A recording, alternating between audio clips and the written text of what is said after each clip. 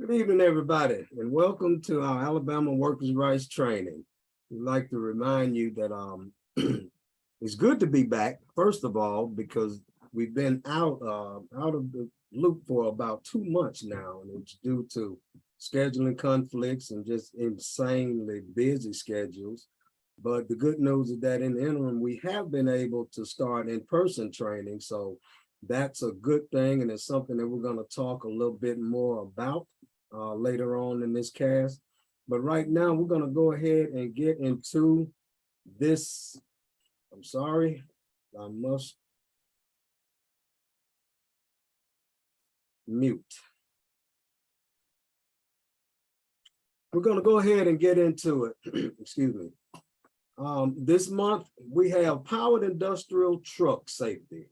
And the reason we wanted to make sure that we talk to you about that and train you in that is because most people that have been into the manufacturing and even construction spaces are familiar with powered industrial equipment. And we're going to go ahead and describe some of that here shortly. But right now, we're going to go ahead and get started. So we want you to learn how to protect yourself and your coworkers from life-altering injuries and fatalities caused by this equipment.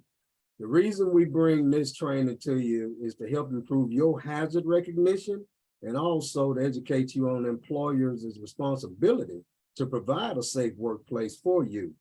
And in fact, I logged into Facebook this morning, and there was a post from a person that I used to work with, and she had on there talking about an individual in her hometown of Florida, Pensacola, Florida. A young man had gotten killed just a couple of days ago in an on-the-job accident, and it had something to do with, from the article, there was an excavation going on and he was in the ditch. It didn't specify whether or not the operator mistakenly put the machine, the equipment in the ditch or a part of it. And it also didn't specify cave-in. But this young man went to work that morning and didn't make it home.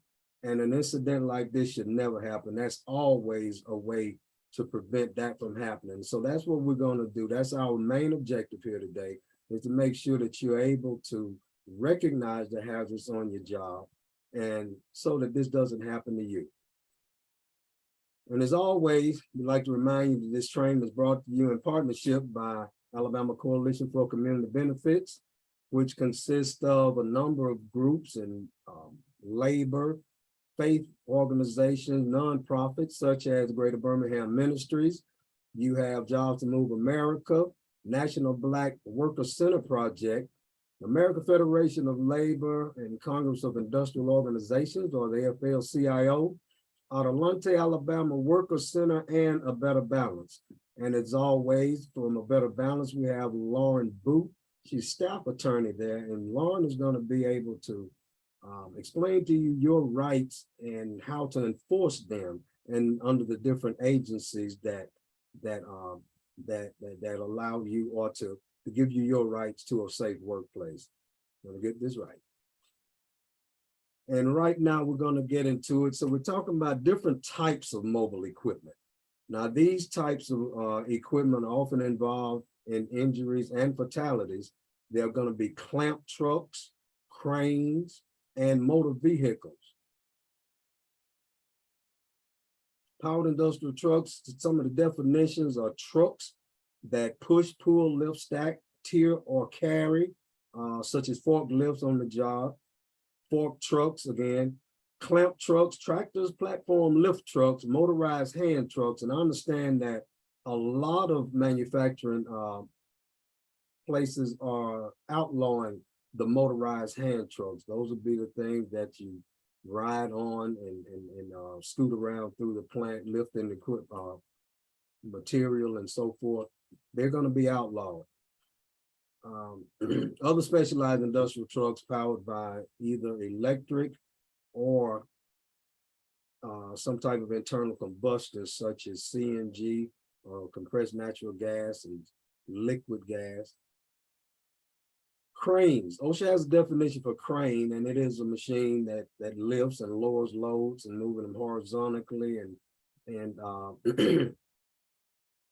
cranes with cranes, whether fixed or mobile, are driven manually or by power. And I've actually operated overhead cranes that you operate them with a hand remote control type thing. So injuries and hazards in mobile equipment. And these are some of them that are more prevalent in injuries that occur due to this type of equipment. You're going to have struck by vehicles. That could be any vehicle, whether it be trucks on the job, or forklifts, cranes, earth movers, any type of vehicle on the job that's at risk of being struck by. Vehicle overturn. All of these also are subject to overturn if not operated correctly.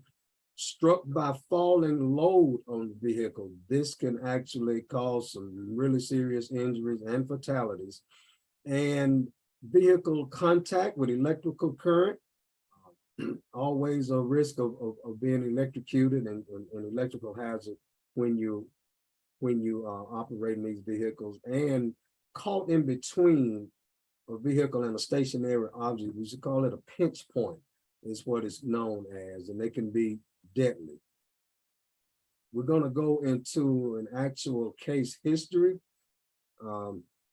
This is Charlie Garrison. Charlie was 63 years old, and he died on July the 25th, 2014.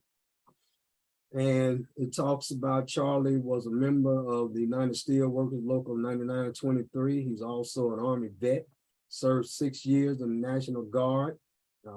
He was a McNairy County Commissioner and an avid fisherman. Charlie is a member of Adamsville Baptist Church, really active in his church, and also the West Shiloh Baptist Church. And he was a husband, a father, brother. He was someone that was beloved by his family. And he went to work. He's also one that went to work and didn't come home that day. And what happened to Brother Garrison was that he was taking inventory. Here's a picture of the scene after the OSHA and the other agencies got there, the investigators, the incident investigators. So Brother Garrison was taking inventory in the storage bay of his warehouse when he was pinned between, we just talked about that, pinch points is what it's called. He was pinned between a stationary roll and that was being moved and into the same area by a clamp truck. He was working overtime, and pay attention to these things that happen, because they all tell a very important story. Brother Garrison was working overtime because they needed additional help to get extra load shipped before the end of the month. So they were running up against a deadline. They needed help to make sure that they were able to fill those orders. He worked 11 to 7, which we call the graveyard shift. But he came in that day at 3 o'clock in the afternoon, 3 o'clock that evening. Now they also had additional operators working to help cover this this influx of orders that they had to take inventory on. Okay. This is a view from behind the clamp truck, and you can see the roll that's still on the forks right there. And at the time the picture was taken, that roll was sitting level on the floor instead of 4 to 6 inches higher. And if you can imagine, you are the operator sitting in this seat, and that roll right here, instead of it being here, it was actually about 6 inches higher. And to make it even more obstructive to the view, it was tilted back. And that prevented the operator from being able to see Charlie. So when he swung and went into the bay, Charlie was in there, and apparently he was unable to yell out or scream or whatever to get his attention. And he wasn't able to see him, and it crushed Charlie to death. Now, some of the lessons learned since that tragedy, the following changes have been put in place.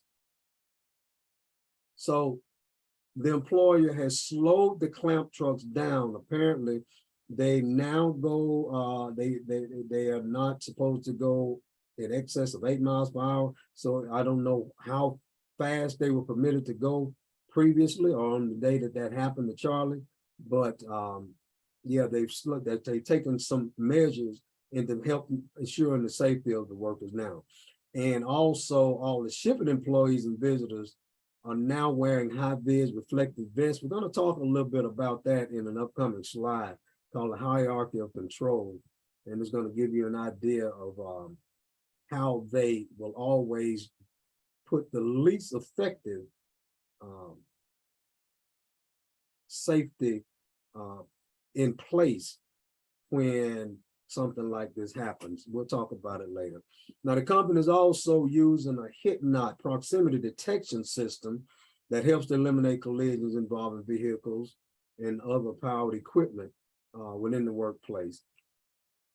And also, this is a good one here, personnel can no longer access the warehouse from outside doors. So you're unable to walk through a door and enter this busy warehouse where powered industrial equipment can be moving about at any time.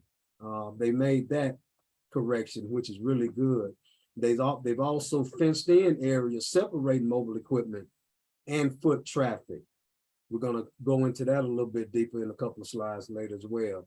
Now, when inventory is taken, all clamp truck operations cease. So basically what they're doing right there is making sure that there's no way that a hazard exists for an incident between a worker and one of these pieces of equipment while they're doing inventory. They cease all truck operations when they're taking inventory. Also, additional personnel help with taking inventory to reduce the downtime. Ideas to help improve mobile equipment hazard identification. Here's some additional ideas you and your co-workers can consider to improve identifying hazards and getting them addressed. That's the key. Once you identify the hazard, you need to take it to someone in safety or in management, and that way you can have that hazard addressed and eliminated if any way possible. So, number one, communicate with workers. Through interviews, one-on-one conversations, surveys, questionnaires, meetings is really important for you to form safety committees and have meetings of that committee in order to discuss these things. Take worker complaints. If there's a worker that has a complaint, workers, you know more about how to keep your job safe and what hazards exist there than anyone else. So anytime a worker has a complaint, it is best to pay attention to it and take it seriously. Conducting USW, United Steelworkers and Tony Mazzocchi Center safety trainings. That's what we're doing right now. Sharing information about what is being done to address concerns and have them reported. Again, ideas to help improve mobile equipment hazard identification. You continue. Conduct regular inspections, audits, ask questions such as, tell me about your work. Again, talk to the workers. The workers can tell you about the safety conditions and the hazards that exist in there better than anyone else could. You want to ask them, are there parts of your job that concern you, and what are they, and what concerns you the most? How doable are your procedures? In other words, the procedures that you have, how doable are they to be able to perform? How likely are you to be able to perform them in a safe manner? And do you have enough time? Oftentimes, people are hurt, injured, and killed because of someone being in a rush to get a job done. When it shouldn't be the job is number one, it should be safety as job one. Is there enough space to drive the equipment? We talked to workers at a plant here in the Anniston area, and that was one of the issues they talked about, the fork trucks going up and down the aisles, which is like just one step outside of these cubicles or these workstations that all a person has to do is just simply step out into it and you walked in front of one of these moving pieces of equipment. Now, is the mobile equipment you use kept in good repair? It's really important to train the workforce and to have regular safety inspection and maintenance inspections of all of these vehicles. What changes would you make or recommend to make the job safer and healthier? Again, it's back into the worker's hands. The worker knows more about how to keep a job safe and what it takes to maintain that safety and their safety than anyone else. And this is the hierarchy of control we talked about a little while ago. And I want to point out something right from the start. If you look at the top, the light blue, it's elimination. And over to the left, it says most effective. If you look at the very bottom, the dark orange, least effective. And you see PPE, personal protective equipment. And we're going to talk about that in a moment. But what the hierarchy of control does, it starts with the most effective way to protect workers and works its way down to the least effective, the least effective way to protect workers.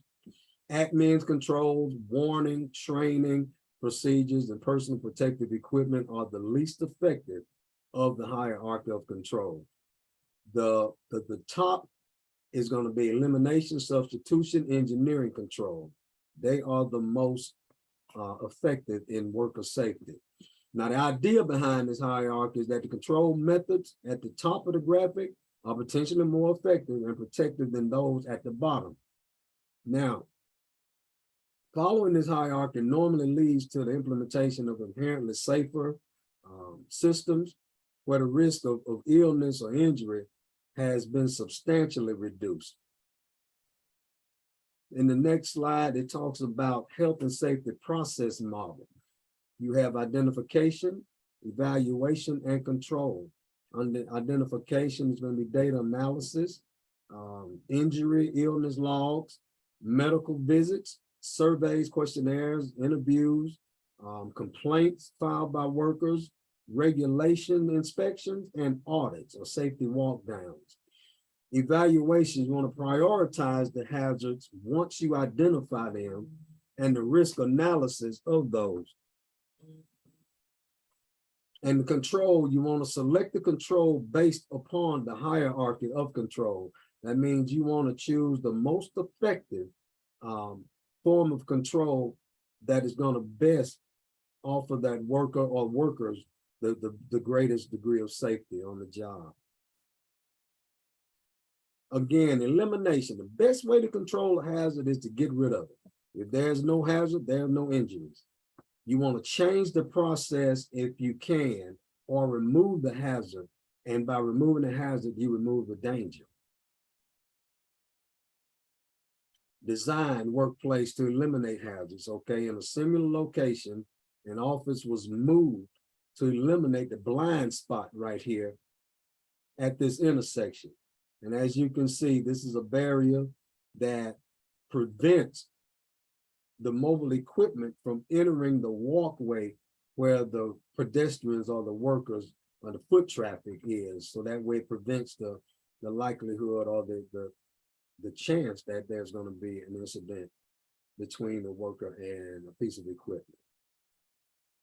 Now, substitution. So that's where you take one system and substitute it for something that is a safer or a better alternative. So the substitution of an electrical truck eliminates the hazards associated from the LPG. That's the liquefied petroleum gas that this one over to your left is powered by. The electric truck is quieter and it doesn't have the fumes and it doesn't have the heavy tanks that you have to switch out and all of this. So this is an example of a substitution in the hierarchy of control.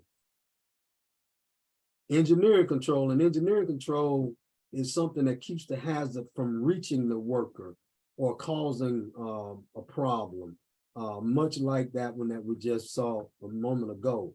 Examples of engineering controls would be also, for instance, the fence that in the investigation that when Charlie was killed, brother Charlie was killed, they put up fence to separate the foot traffic from the mobilized equipment. That would be something under engineering controls as well. And so, yeah, examples of engineering controls is like rails to keep pedestrians away from mobile equipment, fencing. This is one, a pictured example. And as you can see, this forklift is racing down our way, but you have a stop and a barrier, a physical barrier, preventing that worker from walking out into the line of that. This is one example of engineering control right here. Administrative control. Now we're getting down to the least effective of the hierarchy. And administrative controls involve warnings, training, policies and procedures, anything that you can do in the office or in the safety manager's office or HR. These, you know, they have little to no effect in real life once you get to the shop floor. Examples of administrative controls, again, training, safe work procedures, scheduling, so work that pedestrians are not in the area, housekeeping, alarms, detectors, to identify when objects are near, such as this one, the motion detector. That's a good, it is something, but it's not as effective as a physical barrier. What you see here is this, there are lights affixed to that forklift, and it's trained to shine on the floor.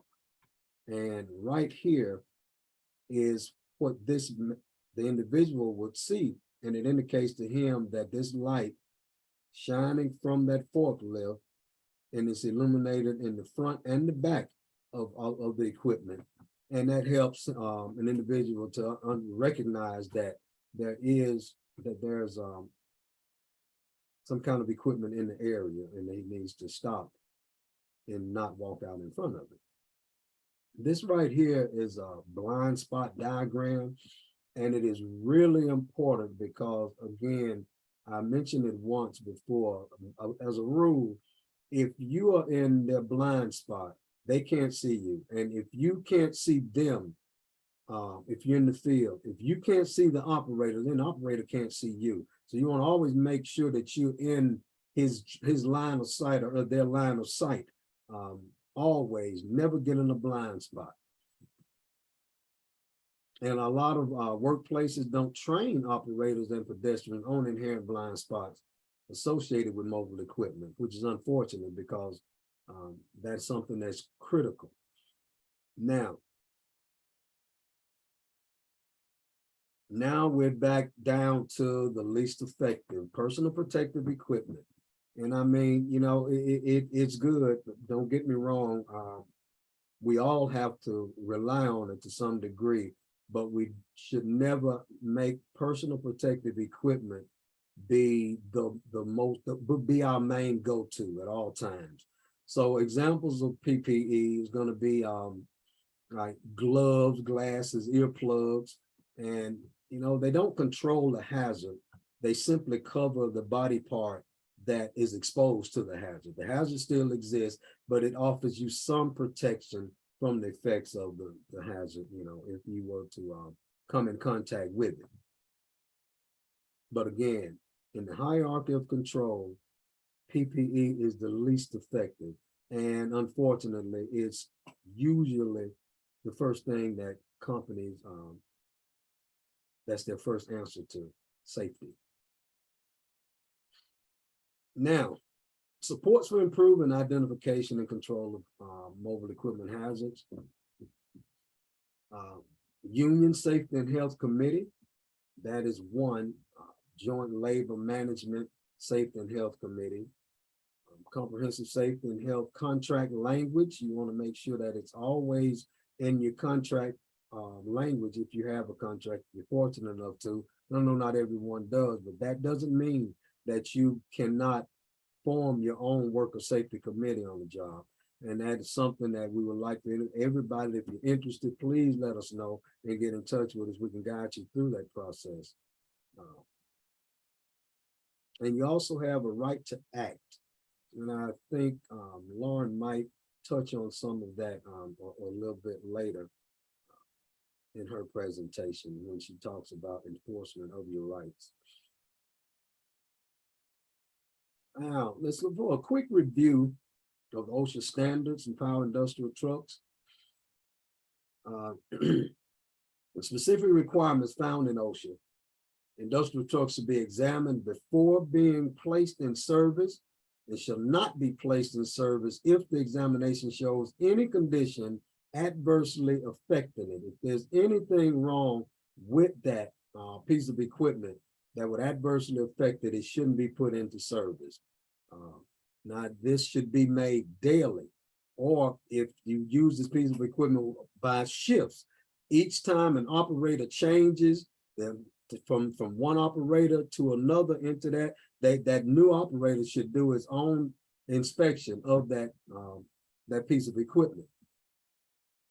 Now, wherever industrial trucks are used on around the clock basis, they should be examined after each shift. Again, that's what we just talked about. Training is very important. Training on safe operations of the vehicles.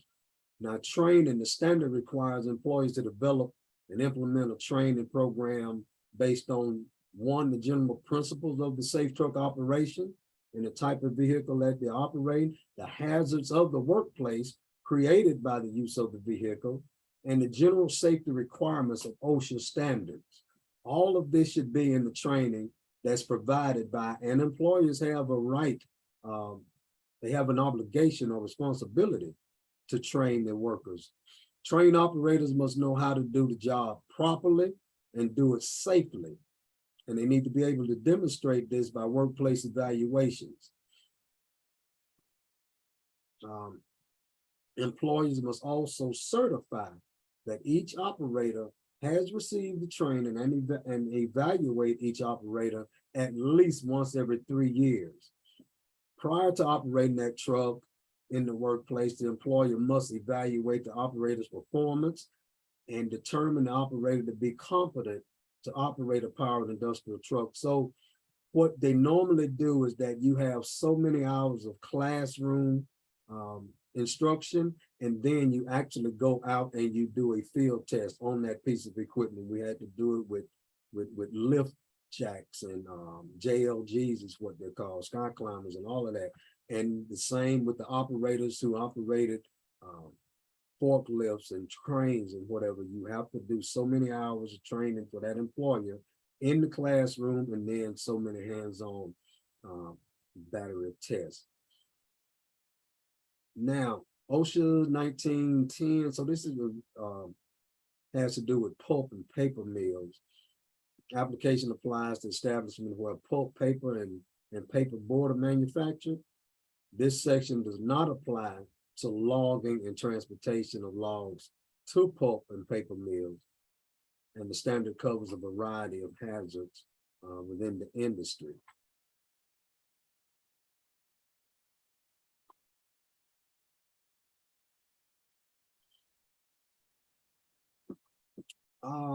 Quick review of OSHA standards continued. You also have rated load markings. All of this is in the OSHA standard, okay? And clearance from obstruction overhead on sides and to protect pedestrians. Adequate lighting in the cab. There has to be adequate lighting. Inspection prior to use, again, each use. Compliance with electrical safety standards. That means they need to be so many feet away from power lines of a certain voltage and amperage, and compliance with load capacity standards as well.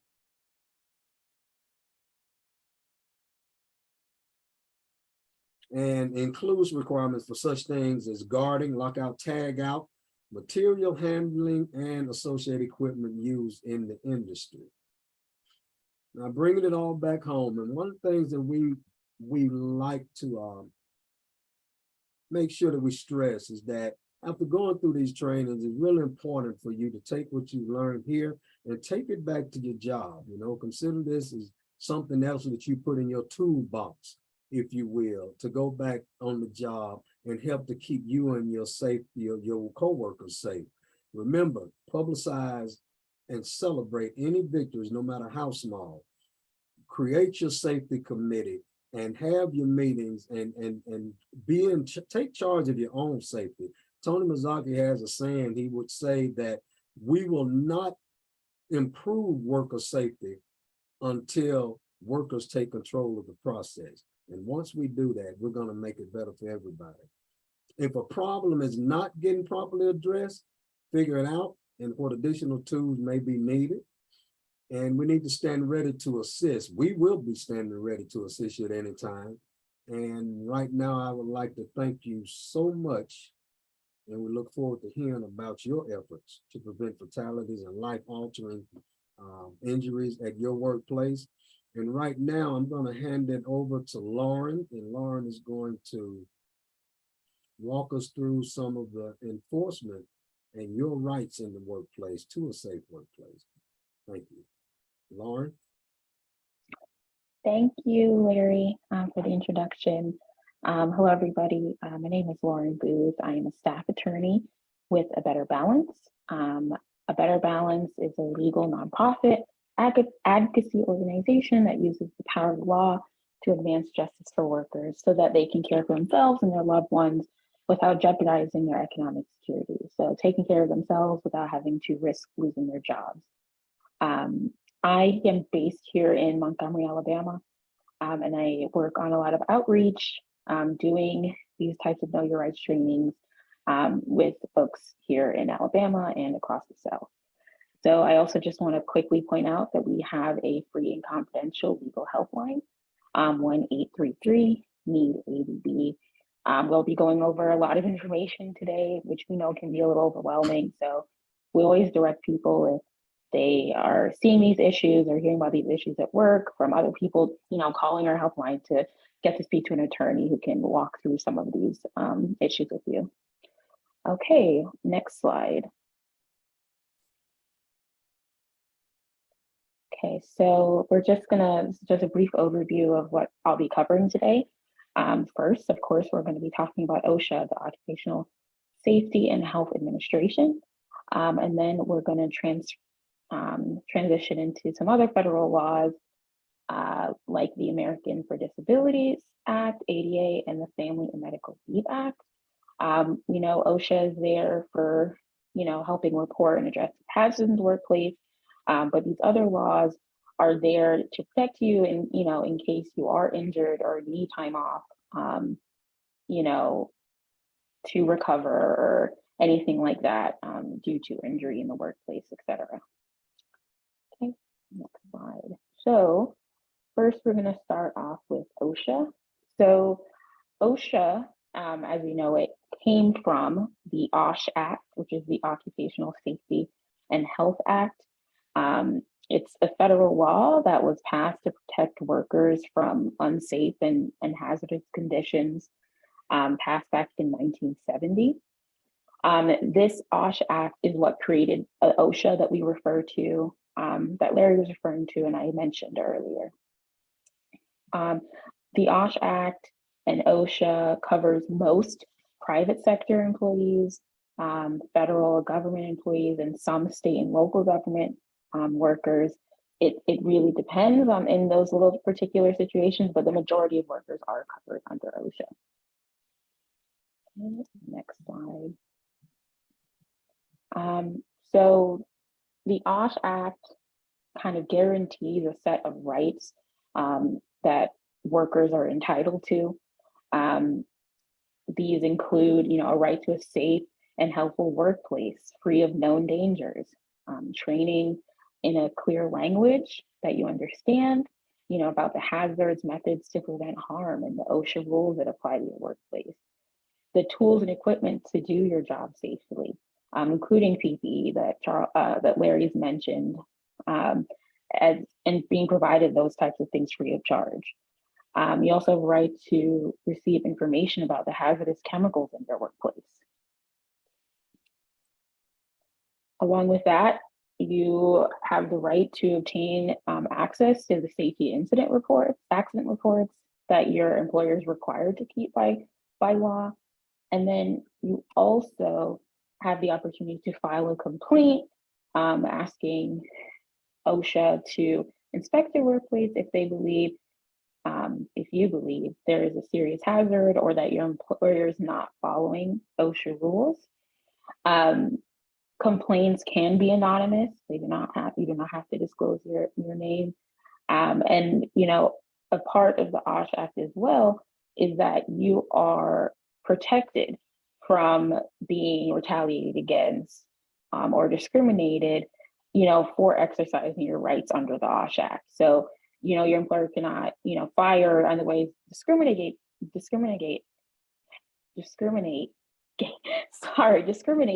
you for, engaging workplace safety activities, health activities, or, filing a complaint. Let's see, we can go to the next slide here.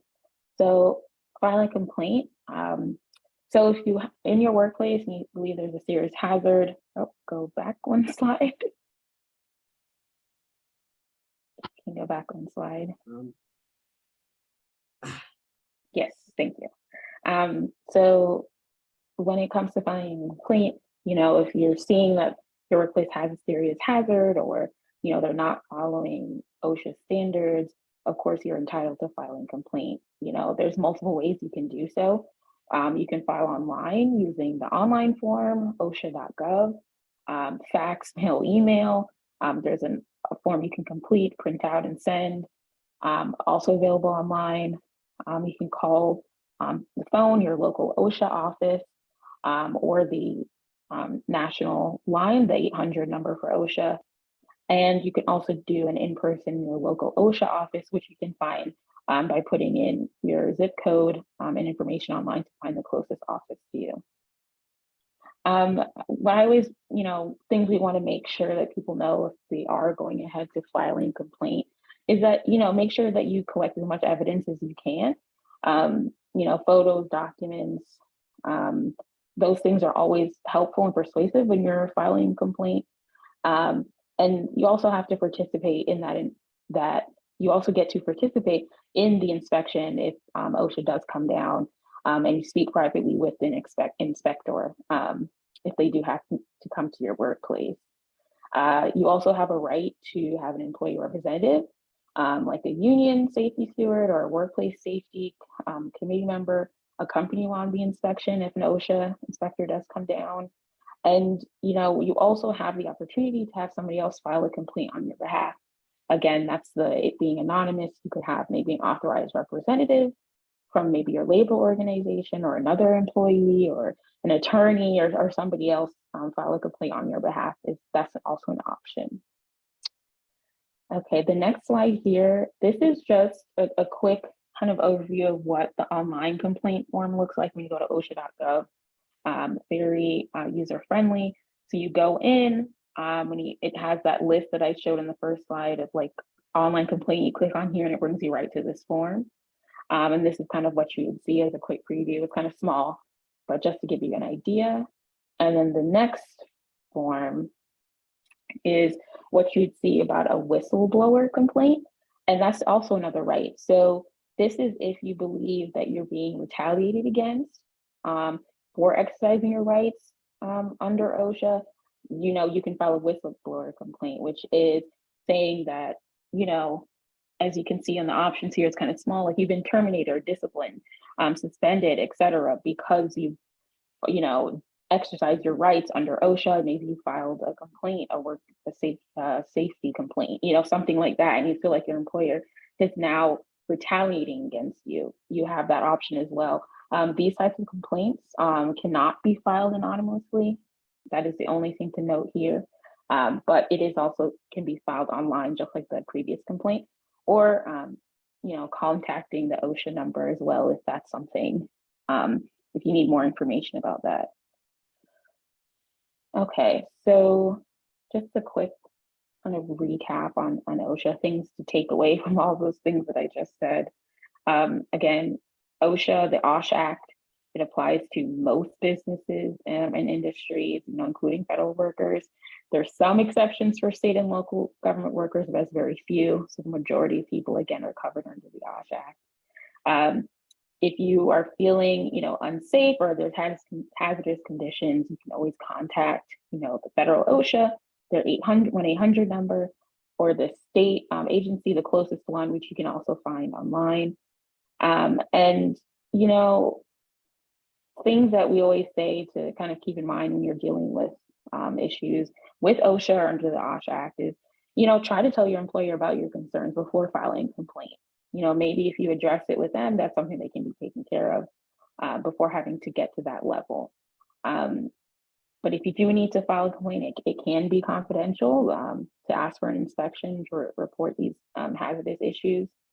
But you also have the opportunity to have a representative or somebody from an organization file on your behalf. You always say a signed complaint, so a non-anonymous complaint is more likely to result in an on-site inspection, but again, it's not 100% necessity. And again, these are issues that we talk through and work with people on our helpline all the time. So we encourage people, if you are seeing some violations and you're seeing that you do think that maybe this is the route you need to go, encouraging you again to call the 1-833-NEED-ABB helpline. Okay, the next law that we're gonna get into is the Americans with Disabilities Act. So now we're kind of transitioning into federal laws that could help you if you are injured or acquire a disability or have a disability in the workplace, maybe from operating, these powered trucks or, other types of things that you can acquire disabilities from. So the ADA applies to employers with 15 or more employees. It makes it illegal for employers to discriminate against workers with disabilities and requires an employer to provide reasonable accommodations, also known as the minor job changes, to employees with these qualifying medical conditions or disabilities, unless it would impose a undue hardship on the business. Undue hardship is simply saying it'd be too expensive or difficult for the employer to provide these types of changes. And with reasonable accommodations or minor job changes, you still have to be able to complete the basic duties of your job with these changes to assist you. Okay, under the ADA, they define disability as a physical or mental impairment that substantially limits one or more major life activities. Major life activities include, performing manual tasks. So maybe you need assistance lifting or, some sort of a coworker to help perform some tasks. You have repetitive motion injury, something like that. Limiting seeing, hearing, eating, sleeping, maybe, high, low blood sugar levels, needing to keep those levels stable. Walking, standing, lifting, bending, speaking and breathing, severe asthma, that could be, something substantially limiting.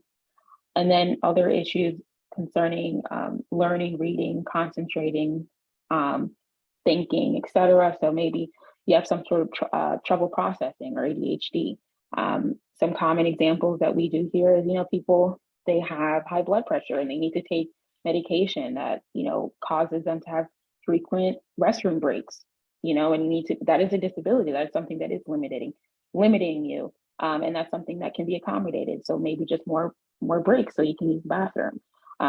People with diabetes and, that also can have to do maybe breaks to take medication, be able to eat a snack if your levels are low, and monitoring that. So those are all kind of examples of disabilities kind of under the ADA and ways that can be, they can impact your work. So kind of our guide to, very quick guide, of course, to how do you get these reasonable accommodations and how do you kind of start that conversation with your employer if you do have a disability and you need some sort of accommodation. So first, you tell your employer that you need an adjustment for a reason related to medical condition. Your job might ask for a note from your healthcare provider to confirm the disability, but that's not always needed. Again, it's really about opening the conversation and saying that you need an adjustment because of a medical condition is really a way to start that process. And then two, once you start it, your employer has to interact with you. They need to have a conversation, see if there is some options to assist you and options to help you get your work done. And then we put there really bolded, if you notify your boss that you have an underlying medical condition and need a minor job change, they can't ignore it. So if you say that you're having some issues and you need some minor job changes, your employer must engage in this process and start the conversation with you. And, you might not be able to receive, your first accommodation choice that you think is what was best, but your employer does have to provide you with an alternative accommodation. And they can't force you onto unpaid leave simply because they don't want to have the conversation. Especially, given there's another option that's, not an undue burden that they can easily do for you. And next slide here. Now kind of going into enforcement. So, you are coming against an issue where, you are trying to assert your rights, or maybe your employer is not being respectful and they are discriminating against you because of your disability, or some other situation where they're trying to cut your hours, or you feel like you were fired because of your disability. There is a way to enforce these the protections under this law, and enforcement for the ADA is through the EEOC, or the Equal Employment Opportunity Commission. So this is the federal agency. They are the enforcement around all aspects of discrimination, based on age, disability, genetic information, national origin, pregnancy, et cetera. And it is enforcing, and through their enforcement, it is prohibited that there is any type of discrimination as far as employment, as far as hiring, firing, promotions, cutting hours, et cetera. So that entire process and spectrum is covered under the EEOC and their anti-discrimination enforcement. Here in Alabama, you have 180 days after the alleged discrimination took place to file a charge. But there's some instances where you may have a little bit more time if there's like a continued pattern of discrimination. Just like with, we mentioned earlier with OSHA, you can file for EEOC in person, by telephone, by mail, or online. They also have an online form. And you can, after you start that process, you can be contacted by an examiner who will schedule the intake and kind of walk you through that entire process. Okay. Next up, we have the FMLA, or the Family and Medical Leave Act. Family and Medical Leave Act provides up to 12 weeks of job protected unpaid leave per year. It can be used all at once or on a reduced schedule to take care of both yourself or a family member's serious medical condition. So you want to note that family member includes a spouse, a child, or a parent. To be eligible for FMLA, you have to have worked 1,250 hours in the year prior to needing leave. You have to have worked for the employer for at least a year, and the employer that you work for must have 50 plus employees within a 75-mile radius. So those are the limitations on using FMLA. With FMLA, as far as much notice you can provide, is great. 30 days is the standard there for providing notice. But if it is an emergency situation where obviously you can't notify 30 days, you should notify your employer as soon as possible. Under the FMLA, you are protected. Your employer can't punish you or fire you, et cetera, just because you are asking or taking this leave. And in general, you must be returned to the same or similar position that you were in after you come back from FMLA leave. there is some exceptions, of course, that is not always the case, but that is for the majority of people when they return from FMLA leave. And, we always encourage people to look at their manual, see if your employer has other policies around, maybe a paid time off, vacation time, or sick leave that you can also use in conjunction that may provide some sort of paid benefit, because again, family and medical leave is unpaid time off. And then again, there is enforcement as well for FMLA, just like there was for the ADA. And enforcement for the Family and Medical Leave Act is through the Federal Department of Labor Wage and Hour Division. So they enforce this and many other workplace laws, like, of course, under wage and hour as well, in addition to the FMLA. And, with wage and hour of the DOL, they are really focused on making sure that workers are paid properly for all their hours of work. And this is irregardless of immigration status. Okay, in general, you have up to 2 years to file a complaint if under FMLA, or 3 years if the act is willful. And willful meaning that they intentionally violated the law, they knew that were wrong and they did it, and they still proceeded in their actions. There's not a particular form to complete for FMLA violations like we saw with the OSHA forms, but you can contact DOL and they can kind of advise you about that process and what you need to kind of file a complaint like that. And then I just want to put on here another reminder: you can't be terminated or discriminated against just for filing a complaint or participating in an investigation with Wage and Hour Division of DOL. Okay, so we've gone over a lot of information in this webinar. I know it can really be a lot, so we just wanted to kind of put this quick recap as a takeaway, leaving this presentation. And for OSHA, which is one of the first things we talked about, again, applies to most businesses and industries, including federal workers. You can file a complaint if you have concerns about work conditions that are unsafe or hazardous. Contact the federal OSHA number. There's the state number you can find online as well, the closest state agency. And we mentioned you can file a complaint for health and safety issues that you might find online, by mail, letter, etc. And you can also file a complaint if you feel like you've been retaliated against because you've kind of had to exercise your rights under OSHA. So those are the two types of issues that OSHA can kind of assist you with in filing a complaint.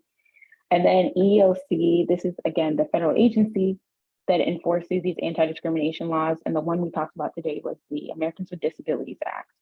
So it applies for businesses 15 or more employees. You can go to the EEOC if you feel like you've been discriminated against and hiring, firing, or you're being harassed, retaliated in a way because of this disability or other types of discrimination laws that EEOC enforces, like race, color, sex, etc. And then finally, the Federal Department of Labor. This is the agency that is tasked with enforcing the Family and Medical Leave Act, which we just talked about, which guarantees unpaid leave for certain workers, based off those criteria that you have to meet. And, if you are being discriminated against in that situation, Federal Department of Labor is who you would go to. They have different coverage requirements, and in general, we've talked about having about 2 years or so to file a complaint. But again, all of these things, it can be a little bit flexible depending on the exact situation. So, finally, I just want to move to the next slide here. Again, acknowledging that this is a lot of information and we don't expect people to become an expert after, one session. It takes a while to get a hang of these things. So, what we do is we provide online resources. So little fact sheets and know your rights guide are online. For Alabama, you can see a screenshot that's based off of our website, www.betterbalance.org, in our Workers' Rights Hub, kind of breaking down the type of concerns you might have. And it has fact sheets and kind of quick guides to some of the information that I've mentioned today. And then also, again, really highlighting our free and confidential legal helpline. 1920x1080. We are here, you can speak with an attorney to work through these workplace issues, describe maybe the treatment that you're receiving and see how we can assist you in resolving this issue, or if you need to file a complaint, and walk you through and see what that process is like. So again, we're always here to assist and try to make this process as easy as it can be, and let people know that there is somebody out there trying to assist you, and you do have rights in the workplace. I am finished with my section here, so I'm going to pass it off to the lovely, lovely Charles, and he'll talk a little bit more about advocacy. Thank you so much, Lauren. A lot of wonderful information you gave. Yes, folks, please log on to these websites, study the laws and regulations that cover us, just to know your rights, which is what our trainings are all about, for workers to understand their rights in the workplace, their protections as an employee working with employers. Powered industrial truck safety. Larry, this one gave me some information that I didn't know about, learning about industrial truck safety and what drivers are looking out for as well. So if you work around powered industrial trucks, if you're a driver or not a driver, it's important to understand what the drivers have to look out for, in addition to what you must look out for as a worker on the ground, working around these vehicles. So when you're working in an environment around powered industrial trucks, safety can be challenging. Very important that everyone understands the challenges that the operators face to operate safely around workers on foot.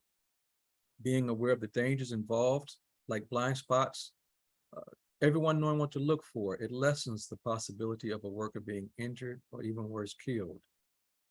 Safety around these vehicles is quite important. Also equally important is understanding safety measures and standards employers must have in place to ensure overall safety.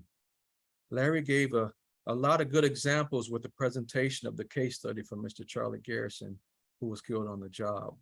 Let some of these examples give you examples as you look around your workplace, and think about the safety. Can it be improved where you work? Workplace safety is everyone's responsibility, so we all must do our part. Working in an unsafe environment cannot be allowed. So to all my workers out there, if you see something, say something. We are all responsible. We encourage you to speak up to improve unsafe working conditions for yourself and your coworkers.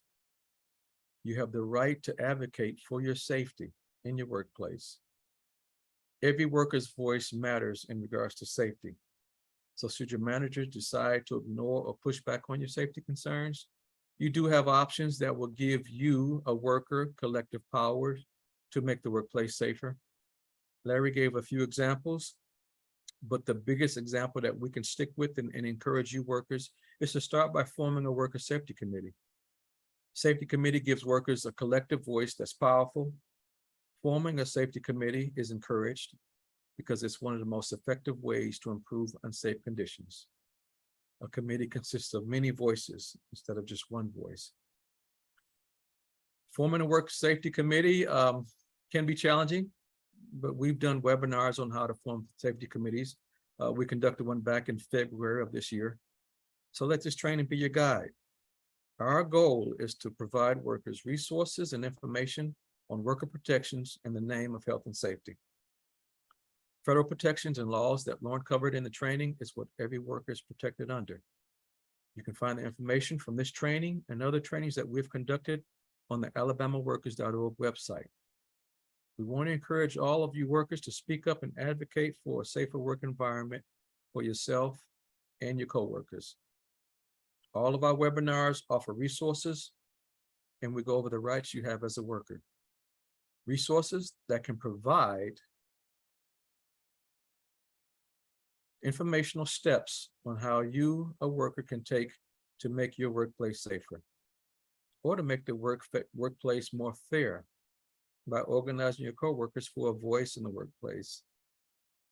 So we and our partners organizations can answer any legal questions that you may have in regards to rights and treatment. We can also contact any of the panelists with any questions or needs support to assist in making a safer workplace. Log on to alabamaworkers.org if you have any questions about today's or any other trainings that we've held, or just to reach out to us. Thank you all and be safe. Thank you, Charles. Thank you, Lauren. I was going to talk a little bit about some of the important reminders. Charles just went over several of them. One of them, we want to remind you that you can view all of the pre-recorded training webinars that we've filmed or recorded in the past year. Simply go to www.alabamaworkers.org. And there you can view the pre-recorded trainings with topics such as how to protect yourself from heat-related illness. We have 2 COVID in the workplace webinars there. We did one when it first came out on the Delta variant, and then we did another one on Omicron variant. We also did one on thriving while pregnant in the workplace, and also one on blame the worker safety programs. These are topics that would really benefit every worker, especially here in the state of Alabama. And I want to just remind you all to please take a moment and go to the website, look around. There are also other things that we have on the website and very important information. Also, in addition, we have a Facebook page, and we would like to ask you to please go and like and follow us on Facebook at JMA South. As always, on behalf of Lauren and Charles, I want to thank you for logging in today and sitting through this training with us. You can contact us if you want to contact A Better Balance. At A Better Balance Southern Office, you need to call 1-833-633-3222. And that's a free and confidential legal helpline. Or you can go to abetterbalance.org. Jobs to Move America Southern program, you can call area code 205-612-3722. And for Adelante, Alabama Worker Center, 21, that's going to be 2104 Chapel Hill Road, Hoover, Alabama, 35216. Or you can call area code 205-317-1481. And again, I'm Larry Hodge, Senior Community Engagement Coordinator for Jobs to Move America Southern team. Charles Crooms, Lauren Booth, we thank you all for joining us. And until next time, have a great one. Thank you.